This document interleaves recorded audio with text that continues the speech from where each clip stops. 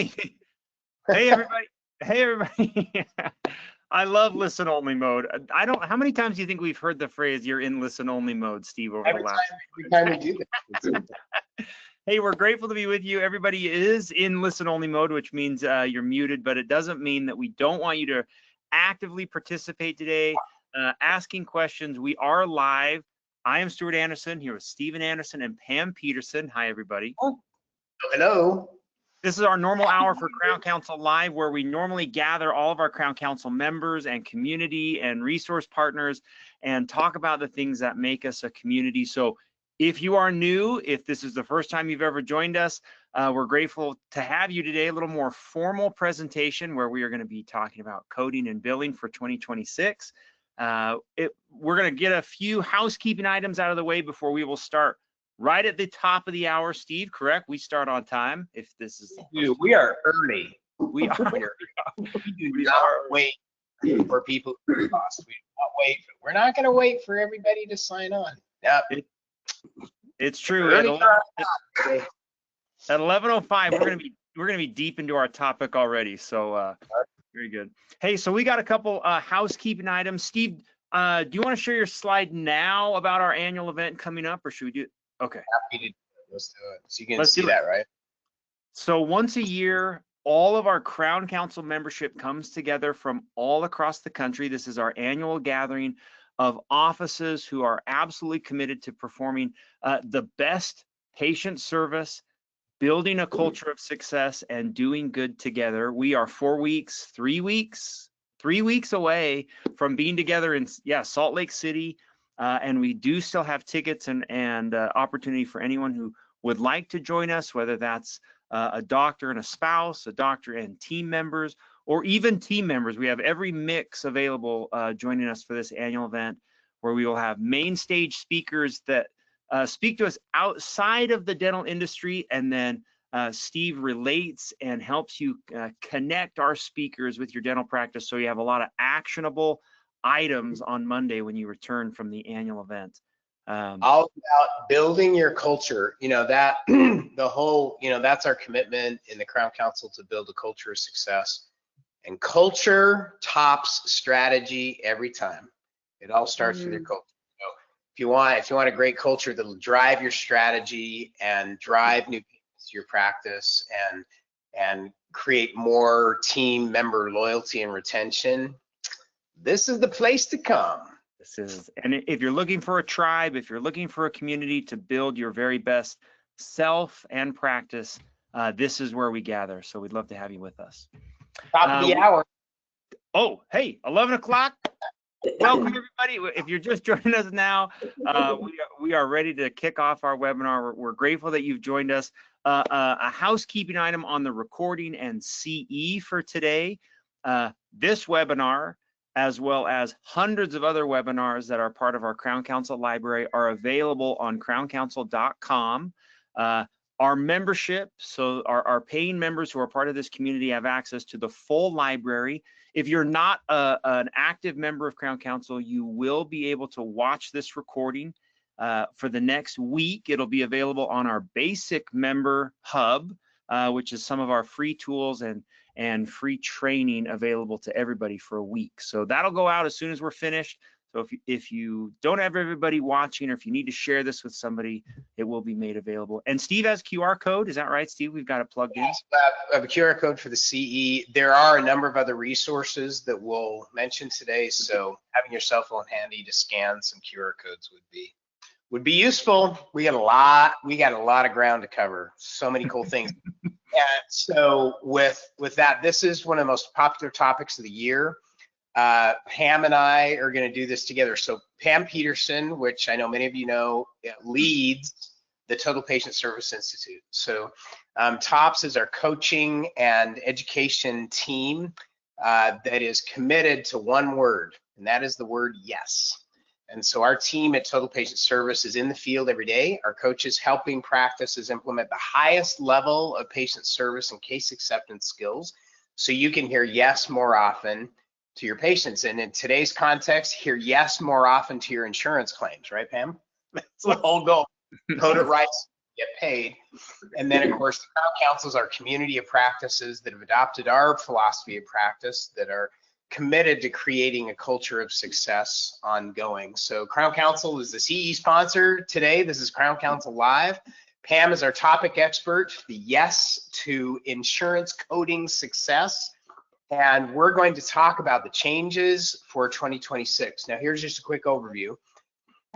There are 60 updates, including 31 additions, 14 revisions, 9 editorial changes, 6 deletions, and we're not going to go over all those today. So part of our job is clearing the fog and helping everybody get focused. What we're going to do is highlight the major changes in the areas where you will use these changes the most. In addition, and we do this webinar every year, we're doing something different this year, which was we've categorized these changes into 3 groupings. Now, there's other topics here, but these are the 3 main areas where coding changes have been made: diagnostics and perio, implants and prosthetics, and in sedation. Now, the way this works, there is the code revision committee with the ADA that meets all year to then decide what coding changes are necessary. And what drives this is where dentistry is going. In other words, they're looking at what procedures are emerging, what procedures are going away, where do we need to have more specific coding because we're getting more detailed in what we're doing. And so I look at the coding changes as trends. Where is dentistry headed and what does that mean for your practice? So along with these coding changes that Pam's going to share with you, I'm going to also share some strategic thoughts in terms of what this means for your practice, questions you need to be asking, and potential changes you need to be making to what you're doing, how you're serving patients, and the type of procedures that you provide. So this is going to be tactics, coding tactics, and practice strategy, all wrapped up into a very, very productive 10 hours today. No, it's not going to be. It sounds like a lot. I'm in. We're going to motor through this in an hour or less. I'll also mention to you, we will have some interactive polls, so stay close to your computer screen. And as you have questions, and you're going to have questions, in your question panel, in your question area, in your control panel, please enter your questions there, and we'll attempt to answer those or respond as they come up. Now, I will say this about questions about specific codes. Some of them will address to the entire group. Others, Pam may ask you to shoot us an email for more specific detailed response. It just depends on what the code is. But we're committed to helping you get as much information as possible today. So with that, Pam, let's get started with our first category. The first category of changes, diagnostic, 100. So what are some of the major changes in diagnostic codes? All right, thanks, Steve, and Happy New Year to all. All right, so the first new diagnostic code is the D0426. This is a collection and preparation of a saliva analysis, and the key word is point of care, which means in office, and this cannot be sent to the laboratory. And so this is really a screening used to help educate and assess the patient's condition, and this is within the practice. So Pam, this would relate to, so for example, one of the things that we teach at our TOPS No More Hygiene course is the use of a high contrast microscope to then basically look at their saliva under the microscope to see what kind of bacteria is there. So that would be an in-office collection of a saliva sample, and you're looking at it like under a microscope. Is that the application? Yes, and because it's a new code, a narrative is always important.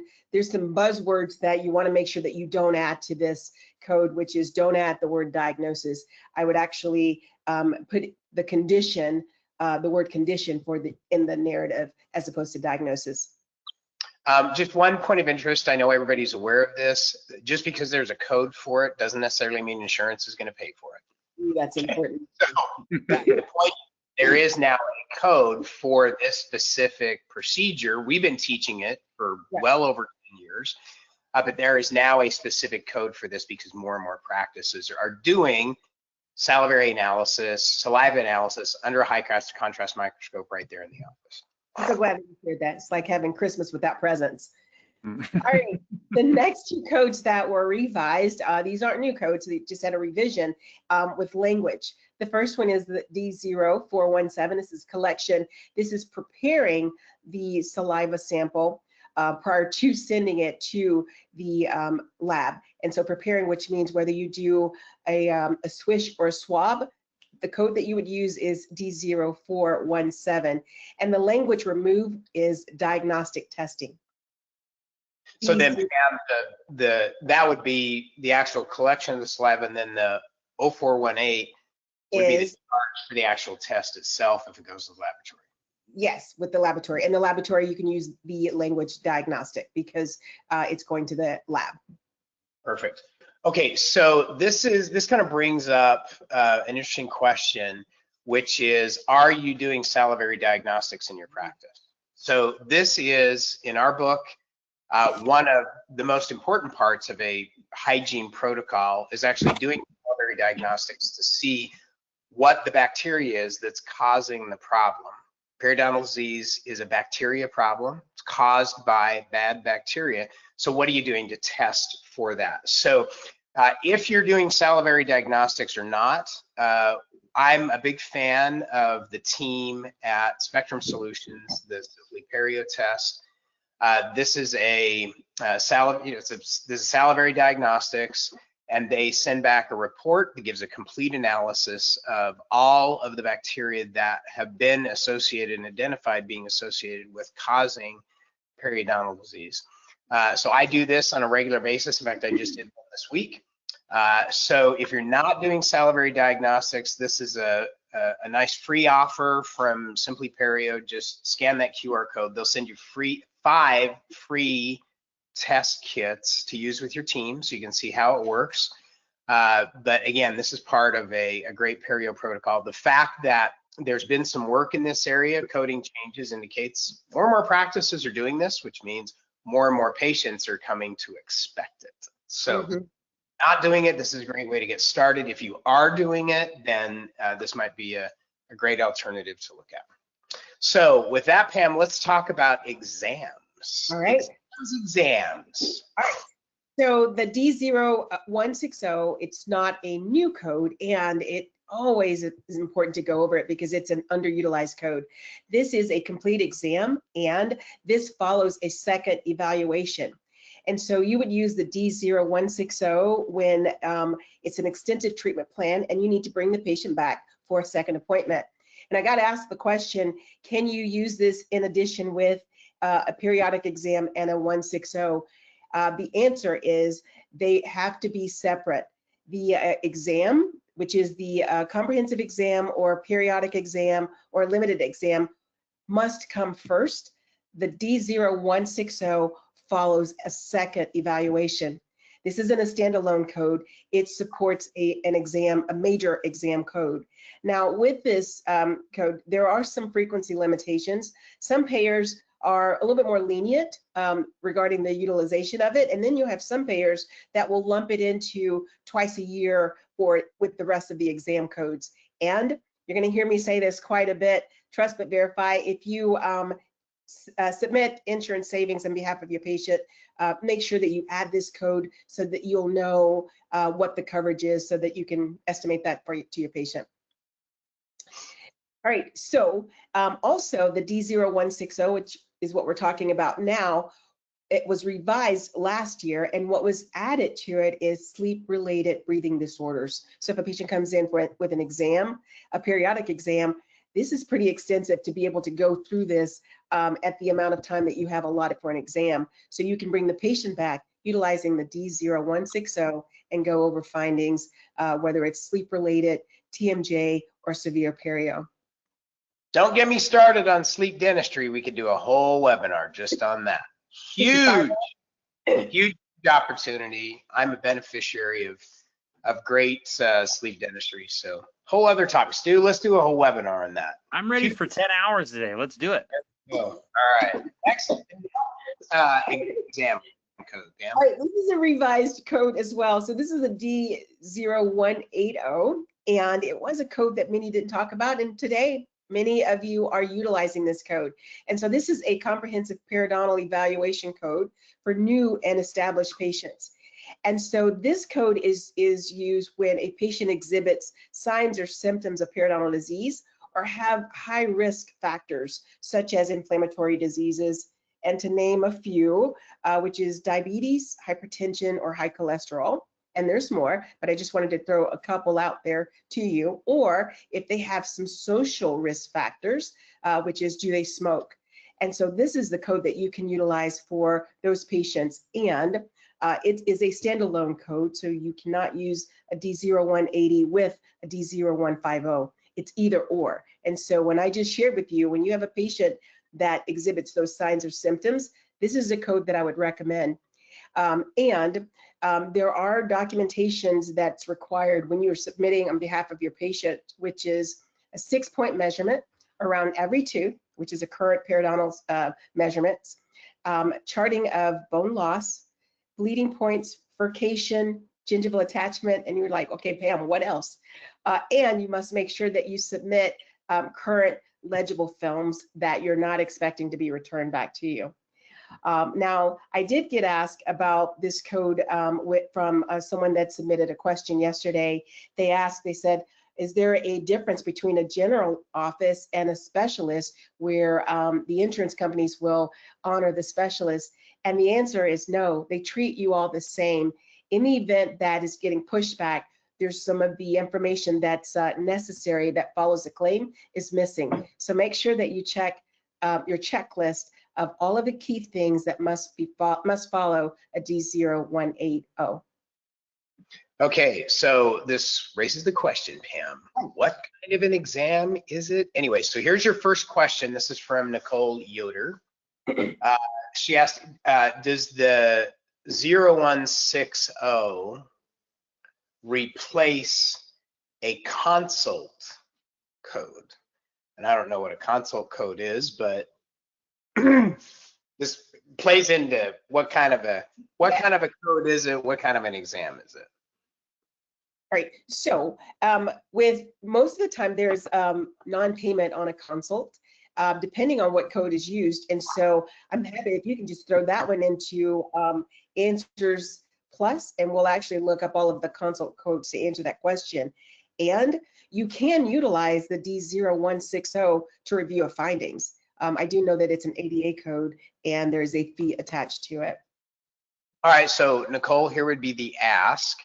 If you want to shoot us an email at answers@totalpatientservice.com, let us know what your consult code is that you're using, and then we'll get you a more specific answer on that. So thanks for the question. So it's answers@totalpatientservice, singular, totalpatientservice.com. Yeah, and we'll get an answer for you today, Nicole. All right, oh, can you go back, Steve? You want to go back? Yes. Okay. With the D0120 and the D0140 and the D0150, we don't have to talk about those. Those are in green. Those are frequently used codes, which is a limited exam, periodic exam, and a comp exam. We just talked about the 160, and you heard Nicole's question. We just talked about the 180. We're going to unpack the one in the middle, which is the D0170. All right, thanks, Steve. All right, the D0170, this is a reevaluation of an established patient for a specific problem. The key word is definitive treatment has not been rendered. So this is soft tissue or trauma.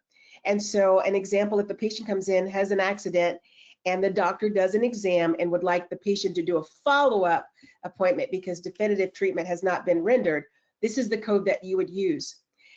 It has some of the same frequency limitations as the 160 because they're both exam codes, but it must follow an exam code, whether it's a limited, periodic, or comprehensive exam code. That must come first. The 170 is second. The 160 is second.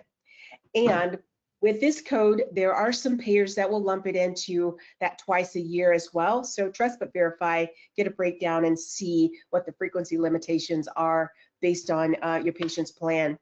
Now, with this particular code, you see the word miscoded because it's often miscoded. The D0171 that is a post-operative code. That's the code that you utilize when a patient, I'll give an example, had a tooth removed and you're bringing them back the next week to do post-operative. You use the 171, not the 170, because they're often mixed up. So make sure that you know the difference between the 170 and the 171. All right, I know, Pam, you're really excited about this next one. You get excited about some of this coding stuff because I think you're going to talk about crack next, right? Yes, yes, yes, yes. All right, why I got excited about the D0461 is we love what we do as far as working with practices all over the country. And we do know that doctors have a method for testing cracked teeth or tooth. And what's happening now is it's inclusive. They'll just do the testing and then diagnose. Now there's a code for the testing and whatever they recommend. And so many doctors have their methods. Some will test using pressure sensitivity, hot and cold, transillumination, which is a lighting, or staining. So whatever method your doctor is using, there is now a code for testing a cracked tooth before recommending the treatment. Love it. I think transillumination may be one of the biggest words I know. You like that word? All right. I made sure I said it for you too. I know you get excited over it. All right. So the D9936 is cleaning and inspecting an occlusal guard, and this is per appliance. So this code is not to be used with the delivery of an occlusal guard or any adjustments. This is when you bring the patient back, you want to inspect the occlusal guard and clean it. This is the code that you would use, which is the 9936, and it's new for 2026. There's a couple of codes that have been revised in their oral surgery code. The first one is 7285, and what was added, which is a lesion, the word lesion, and it gave an example whether it's a cyst or tumor. So this is for a biopsy, and so this is for hard, which is bone or tooth. Next slide, Steve. This is the same revision, which is the 7286, and the difference is this is soft tissue. And the code committee added the same language, which is lesion, so that it's not confusing when submitting it for payment. Excellent. All right, so let's talk. Those are some of the diagnostic changes. What does this mean? So one of the key things about this, when you look at the code changes for saliva, salivary diagnostics, some of the other things we've talked about, here's a key question I'd like to pose to everyone here, which is, what's your perio percentage? Do you know what your perio percentage is in your practice? What percentage of your hygiene patients have a perio treatment code associated with their record? Here's why. And again, how coding plays into this. So the CDC estimates that 47.2, to be exact, of adults over age 30 have some form of gum disease. So that's of the adult population in America. So that would mean roughly that 1 out of every 2 patients that sits in your chair has some active form of periodontal disease. Does your perio percentage reflect that? Do you have that number of patients that are actively, that you've diagnosed, you've coded it correctly, and you're actually treating for periodontal disease? It gets even better. 60% of adults over age 65, we'll talk about that age group a little bit later on. 60% over age 65 have some form of periodontal disease, 50% of men, 35% of women. So this is the most prevalent disease in the world. I know that because of Trivial Pursuit. It's a question in Trivial Pursuit.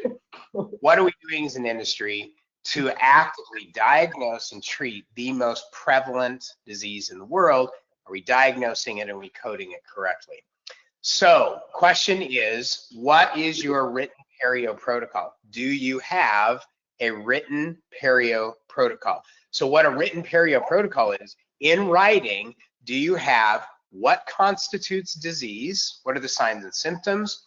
What do you diagnose when you see specific signs and symptoms? And then specifically, how do you treat each level of disease? Is that in writing? So you have consistency in your practice. So we're gonna do the first poll. This is a quick yes or no question, which is, does your practice have a written perio protocol? So you can vote real quick. Do you or don't you? This is in my book. This is one of the clear signs of clinical excellence is having a written perio protocol.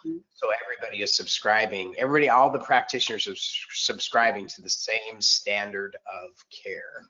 Thanks for your vote. There's your results. 51% of you said yes, 49% no. That's half and half. So yes, that's divided along the lines of half the American population has periodontal disease, half don't. So I guess half the practices are doing a good job of this and half aren't.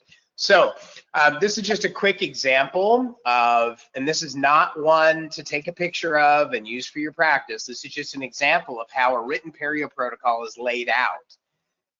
So it all the indicators and then what you do at each level of disease and how you treat periodontal disease. So this is an example for the half of you that don't have a written perio protocol.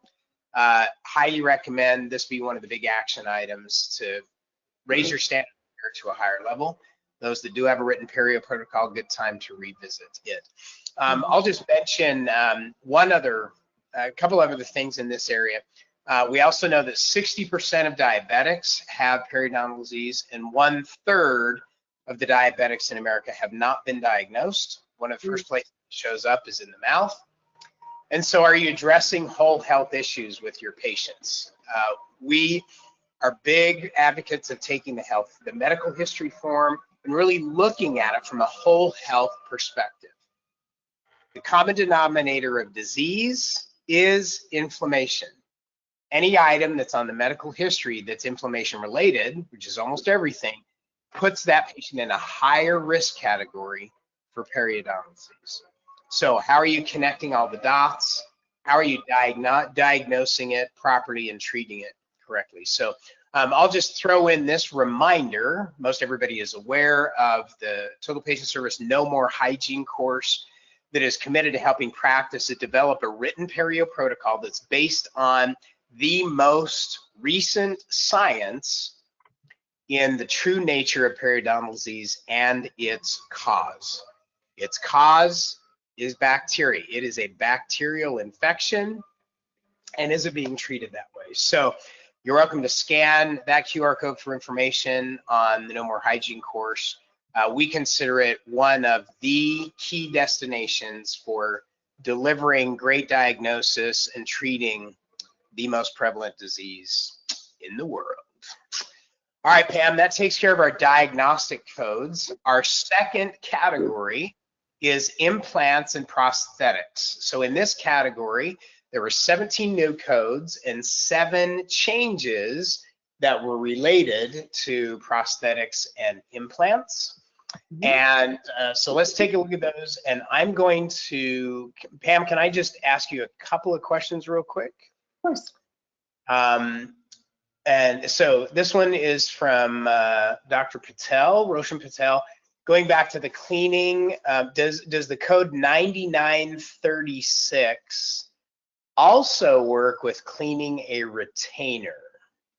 And I got another one from Raya Anazala, who said no. So Pam, you got people doing your work for you. Right? For the Thank you. That is correct. Okay, so Laura Tolarski, I'm going to go back. Let me just show you that example perio protocol right here. So the 3 things that it should include is what are the indications of disease, signs and symptoms, right? So how do you what are the diagnostic signs, and then how do you treat every stage of disease, right? So this is an example. Healthy mouth, what do you do? Gingivitis, then stage 1, stage 2. How do you treat each level of disease? So the treatment protocol is consistent across the board in your office. Right. And Steve, can I add one thing to Dr. Patel? Dr. Patel, I know that you could hear me. One of the things we will research and see if there is a code for cleaning a retainer. And she is correct. That answer is no, because that was for that was for the that type of appliance, but we will check for retainers just if there's a generic appliance code. Okay, last question before we move on, Pam. This is from, Ligia, I think is how I say it. Question is, what is the code we can use for crown deliveries? We have an in-office code, so they've created their own code, but they'd like to know when we're gonna have a code for actual crown. Is there a code for crown delivery, Pam? There's a crown seat and delivery code, yes. So Okay. can I put that one on the back burner so we can follow up towards the end and get that code for it? Yeah, absolutely. Okay, let's talk about prosthetics and implants. Okay. Here we go. Let me see if I can advance the screen. That would help, wouldn't it, Pam? There we go. Okay. Here we go. Implants and prosthetics. All right, so these are the new codes, the first and the second, and I get excited about that. And when I talk about this, people lean in to see if I have one. But this is a duplication of an upper and lower denture. And so it's 5877 and 5878. And why I got excited about this, because I thought long time ago, I know that that I experienced where patients will come in and will need a denture repair or a reline, and getting them to leave their denture for them and then leave the office without teeth was really hardcore for them. And so now there's a code where after a fabrication of a new denture has been completed, you can duplicate the upper and lower so that the patients will have a second set, which is awesome. Now, Steve shared this earlier, just because there's a code doesn't mean that there's payment. Currently, the payers are kind of pushing back as far as covering this, and the sweet spot is they're not going to get in your way regarding you billing the patient. So make sure that you add this to, if you do dentures in your office, make sure you add this to getting a breakdown as to what's covered and what's not. Is it denied or is it disallowed, so that you can bill the patient?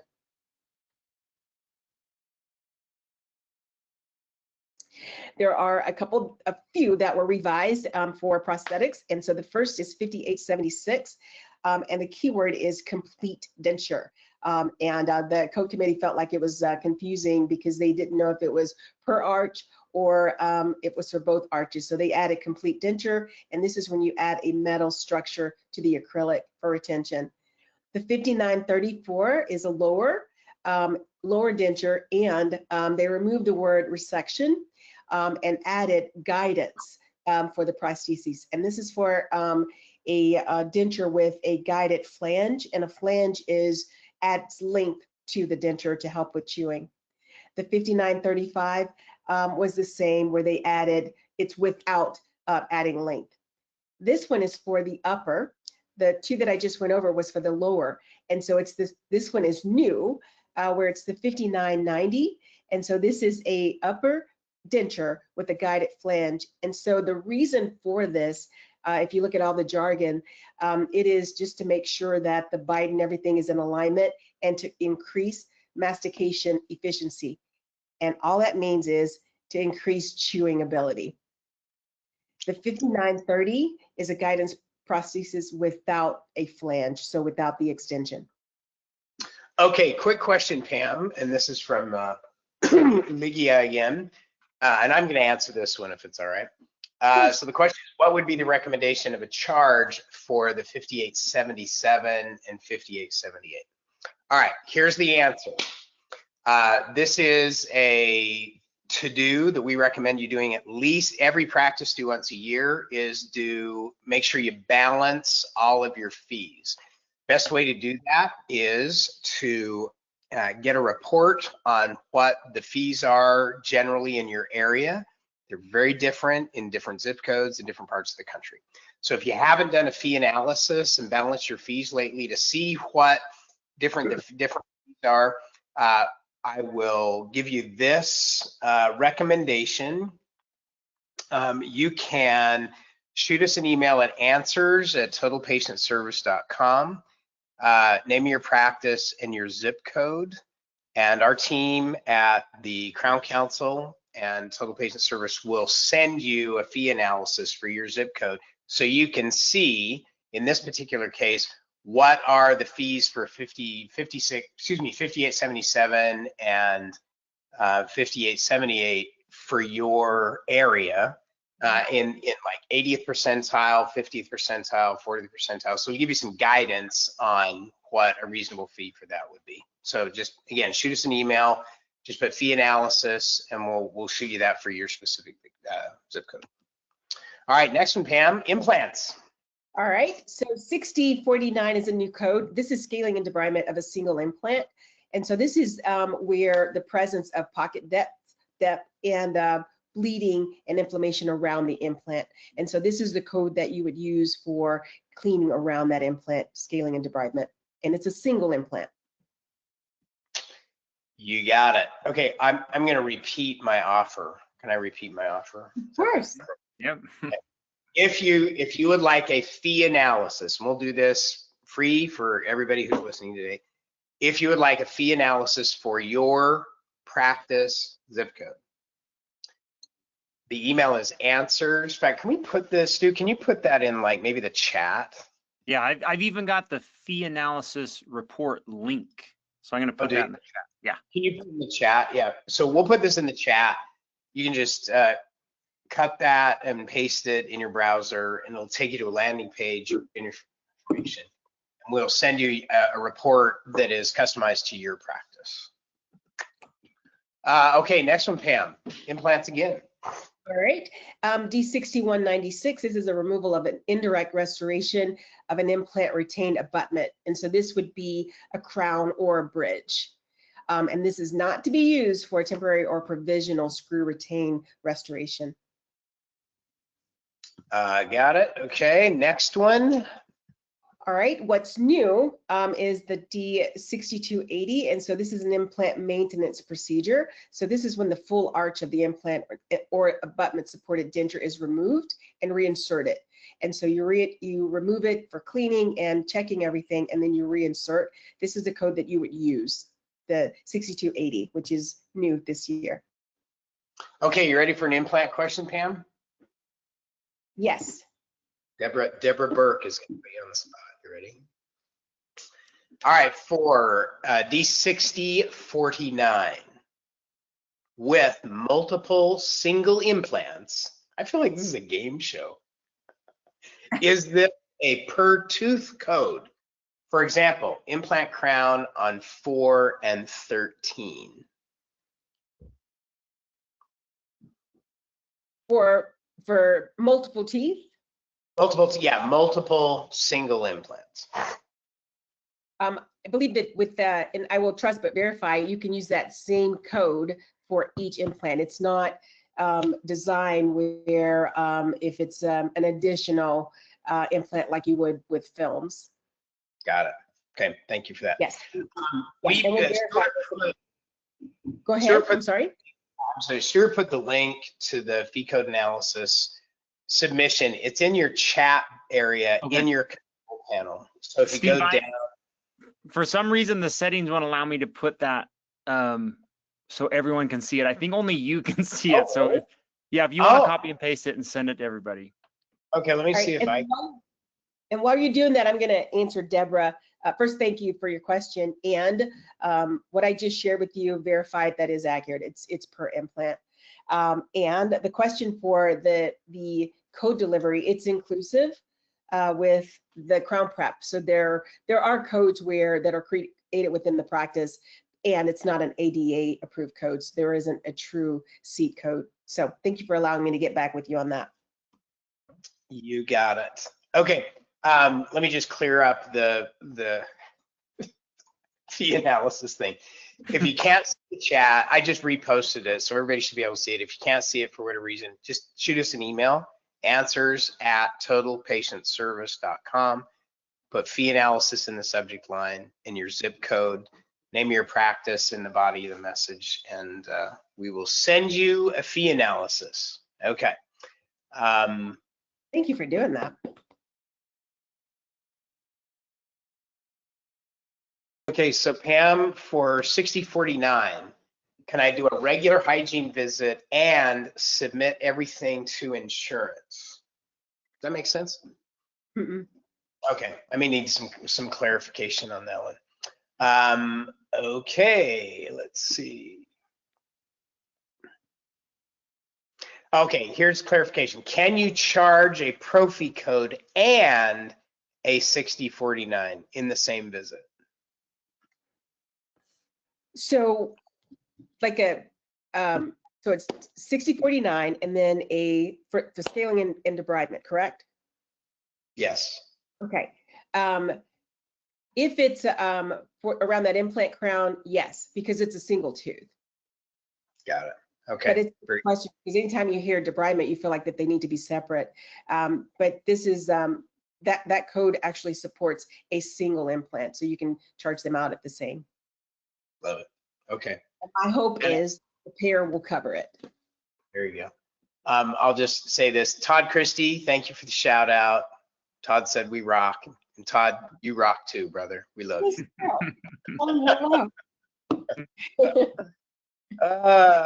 Okay.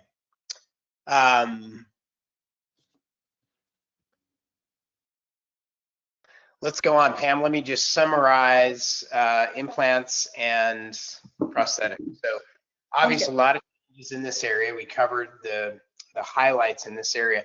Here's the real, again, trends. Let's look at trends. What are you doing to serve the aging population? Here's an interesting, just keep an eye on the trends.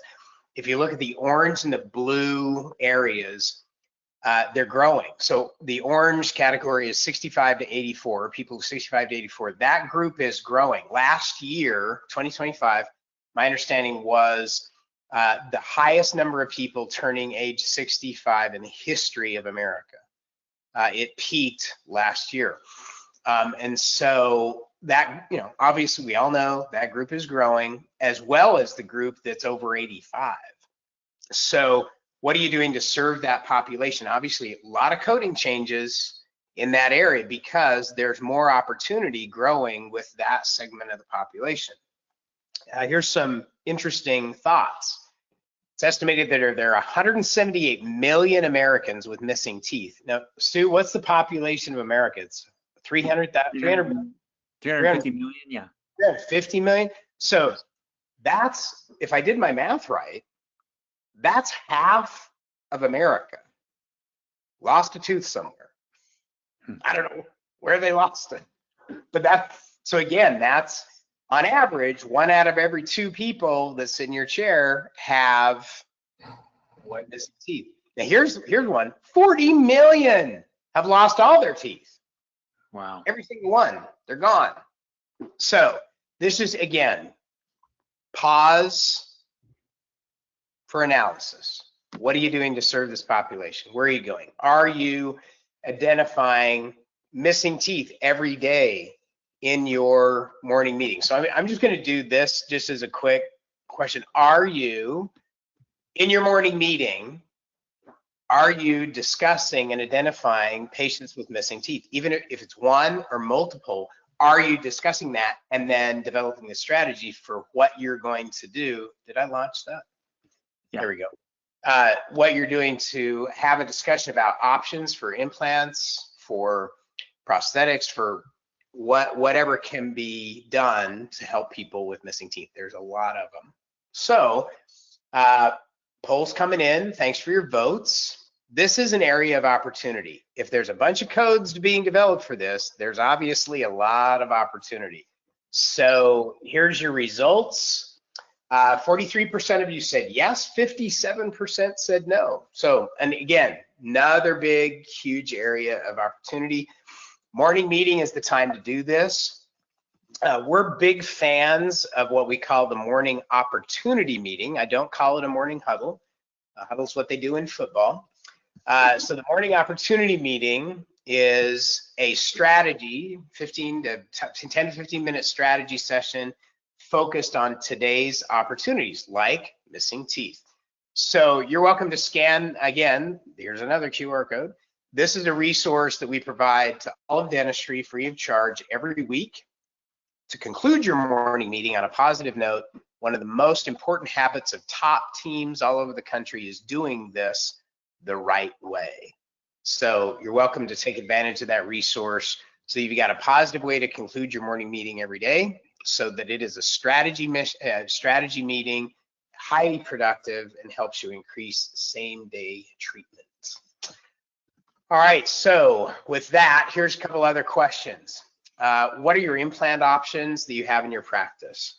What are you doing to make that treatment option more available to your patients? And are you making it easier for them to afford implant prosthetic dentistry? What are your financial options? One of our sponsors for this webinar today is Plan Forward, which is a private label, white label membership plan service. So especially for that group over 65, many times when people retire, they no longer have company sponsored health benefits like health insurance and dental insurance. And so many times they think they can't go to the dentist because they don't have insurance anymore. So this is a great solution for that. Membership plans are exploding all over the country to give patients another affordable option to be able to have their great patient loyalty driver. So if you don't have a membership plan in your office, you can scan this or give Plan Forward a call. Mention today's webinar, and they'll walk you through what are the benchmarks, the real keys of doing a great membership plan that makes dentistry, the perception of dentistry, more affordable, especially for your older patients. All right, so Pam, we have talked about diagnostics. We've talked about implants and prosthetics. Our third category today is sedation. So in the sedation category, there were 6 new sedation codes and 5 revisions. Pam, take it away. All right, and before I do this, I want to talk to Deborah for just 2 seconds. Deborah, I have a correction. I read the language on the D6049, the implant perio infected area. And so the code committee lumps that into perio. And so the D4342, which is 1 to 3 teeth, that would be considered in that area. So the answer that I gave you as far as can you do that with a healthy mouth cleaning, an 1110, the correction is it can be done with a 4341 or 4342. And the 4342 is 1 to 3 teeth in that area. So thank you for letting me come back. All Perfect. right. So 2 new codes that are adjunctive services is the first is D9224. This is administration of general anesthesia with advanced airway. And so advanced airway, that was important for the code committee to add that on. And this is for patients who need support breathing while under general anesthesia. And so it's a tracheal tube, also known as a trach. The 9225 is the subsequent 15-minute increments thereof while you have the patient under sedation.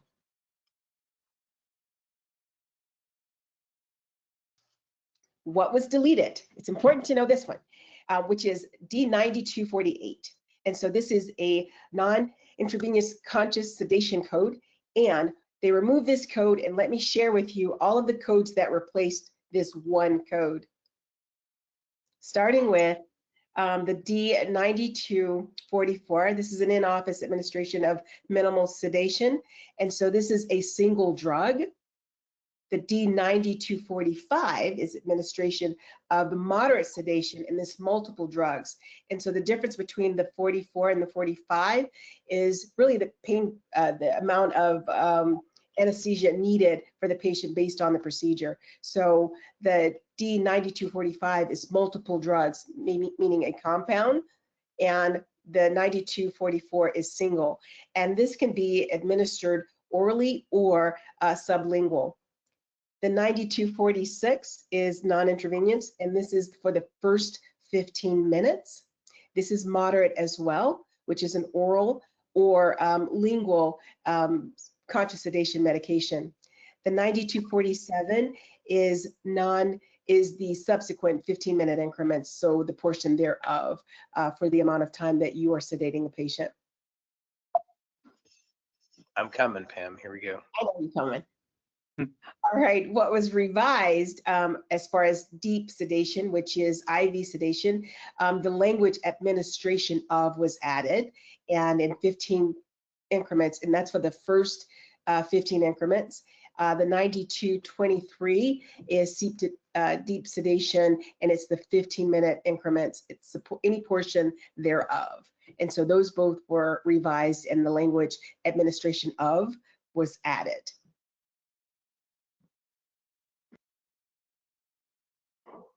Thank you.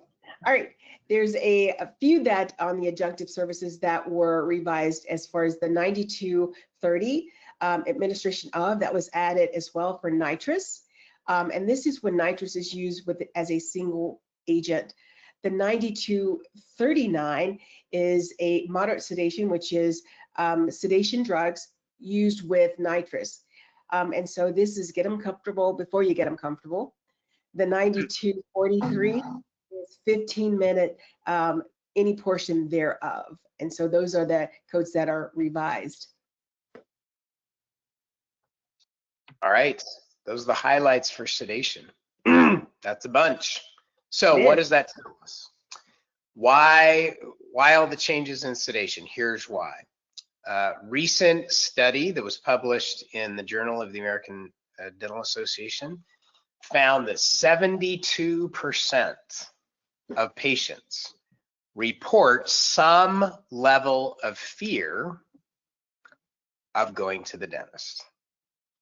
That's nearly 3/4 of America. Pam, are you afraid of going to the dentist? No. Well, I guess you're the only one. That must mean Stuart and I are, because 3 out of 4 people are afraid of the dentist in some way, shape, or form.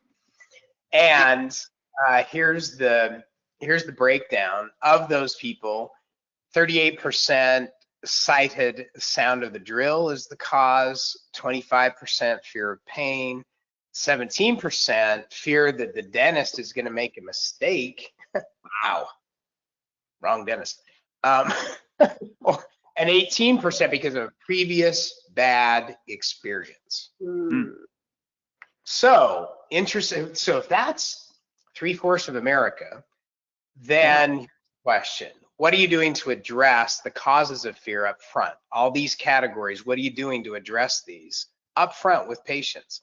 Are you marketing for fear? In other words, are you marketing to, you could say high fear patients, but if you got 3/4 of America is afraid, then everybody's a prospect for more comfortable care. And you're making it easier for patients with some or a lot of fear. So here's a quick poll question. I'll launch this. This is our last poll for today. And the poll is this: how many sedation options does your practice offer? None, 1, 2, or more. So 1 would be like, yeah, we do nitrous.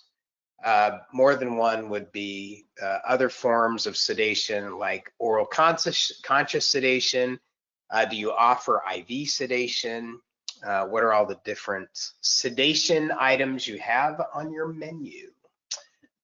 So if this is of interest, 56% of you have 2 or more, 27, 1, and 17, no sedation options. So that gives us those 3 categories: changes in diagnostics, implants, prosthetics, and sedation. Those are the biggest changes that have happened in the coding. As was mentioned, we will have all of this has been recorded. So if you want to go back and review, that'll be emailed to you, or you can go to crowncouncil.com in the basic member, or if, in your member, in the basic member, it'll be there for a week. And those of you that are Crown Council members, it'll be there indefinitely. Yeah. Let's talk about next steps. The poll's still up, Steve. Oh, I'm sorry. Thank you for the reminder. Thank you. Our team at Total Patient Service is committed to helping your practice hear yes more often from your patients. So we have a gift for everyone today that participated and was with us. When you scan this QR code, you will receive a $200 gift card from us at our team at Total Patient Service, good towards any virtual coaching topic in our very, very extensive virtual coaching library, including financial arrangements, financial objections, really every point of contact where you need a yes from your patient is where our specialty is. So we invite you to scan that, download the $200 gift card, and then choose the topic of your choice for your team to participate and up your skills so you can hear yes more often from patients. Pam, I have a couple other questions before we wrap up. Okay. This next one, this is specific. Is halcyon considered moderate sedation? And I don't, again, I'm not the expert on this. How do you determine what's low and moderate? But halcyon, thoughts on that? That's oral conscious sedation, right? I did check it, and what the code maintenance committee made sure that they did is they did not distinguish what should be diagnosed. They leave that for the provider. Got it. Okay. Yeah. Sounds good. And then this comment, Pam, this is specifically for you, from Brittany Lonis. She said, not a question, just wanted to say, amazing course. Good job, Pam. Today for fun. So Brittany was with us yesterday, so we did a similar webinar yesterday. She came back for more, Pam. Wow. We appreciate you, Brittany. Oh, thanks, Brittany, for being with us. Yeah. If you would like continuing education for today's course, you're welcome to scan that QR code. Make sure that you input your information 100% correct. Whatever you put in is what's going to come back. So Crown Council is the proud sponsor and provider of the continuing education credit through the AGD and PACE. And so if you attended today, you are welcome to scan that and you will receive an hour's worth of CE credit for today. We do webinars on a regular basis through typically Stuart on this channel for Crown Council Live. So if you register for this webinar, you will be kept up to date on new topics, things that we do throughout the year as we work to create a culture of success and help you hear yes more often from your patients. So thanks for being with us today. Happy New Year and best of luck as you code, and we look forward to being with you on the journey to provide amazing patient service and create a culture of success in your practice. Thanks, everybody. Thanks, everybody. Thanks, everybody. Thanks.